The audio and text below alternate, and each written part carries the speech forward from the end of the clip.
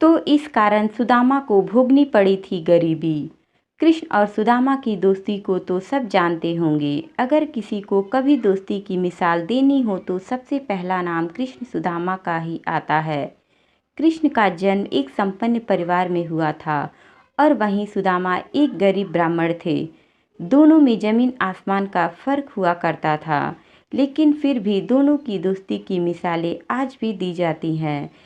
शास्त्रों में कहा गया है कि सुदामा भी एक समय में बहुत अमीर हुआ करते थे, लेकिन क्या किसी को पता है कि सुदामा गरीब कैसे हुए?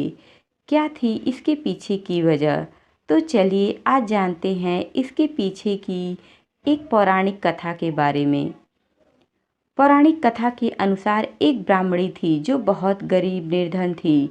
भिक्षा मांगकर जीवन व्यतीत करती थी। एक समय ऐसा आया कि 5 दिन तक उसे भिक्षा नहीं मिली। वह प्रतिदिन पानी पीकर भगवान का नाम लेकर सो जाती थी। 6वें दिन उसे भिक्षा में 2 मुट्ठी चना मिले।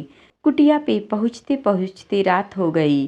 ब्राह्मणी ने सोचा, अब ये चने रात में नहीं खाऊंगी, सुबह भगवान को भोग लगाकर फिर खाऊंगी। यह सोचकर ब्राह्मणी चनों को कपड़े में बांध कर रख दिया और वासुदेव का नाम जपते जपते सो गई।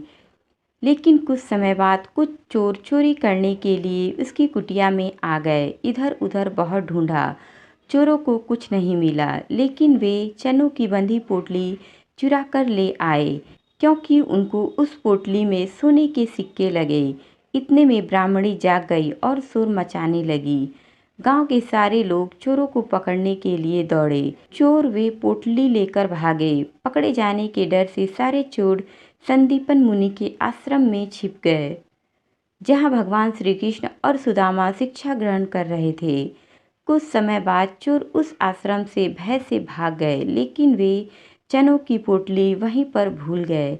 इधर भूख से व्याकुल ब्राह्मणी ने श्राप दे दिया कि मुझ दिनहीन असहारा के जो भी चने खाएगा वह दरिद्र हो जाएगा। प्रातःकाल गुरु माता आश्रम में झाड़ू लगाने लगी और उसे वहीं चने की पोटली मिली।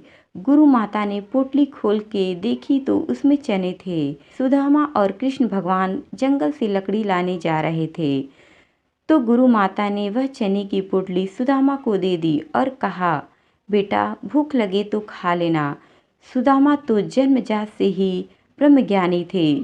ज्यों ही चने की पोटली सुदामा ने अपने हाथ में ली, त्यों ही उन्हें सारा रहस्य मालूम हो गया।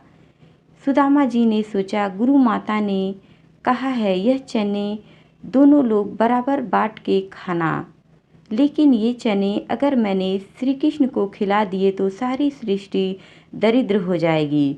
मैं ऐसा नहीं करूँगा। मेरे जीवित रहते मेरे प्रभु दरिद्र हो जाए, ऐसा कदापि नहीं होगा। इसी बात के डर से सुदामा ने सारे चने खुद खा लिए। दरिद्रता का श्राप सुदामा जी ने स्वयं ले लिया, लेकिन अपने मित्र श्री कृष्ण को एक भी दाना चने का नहीं दिया।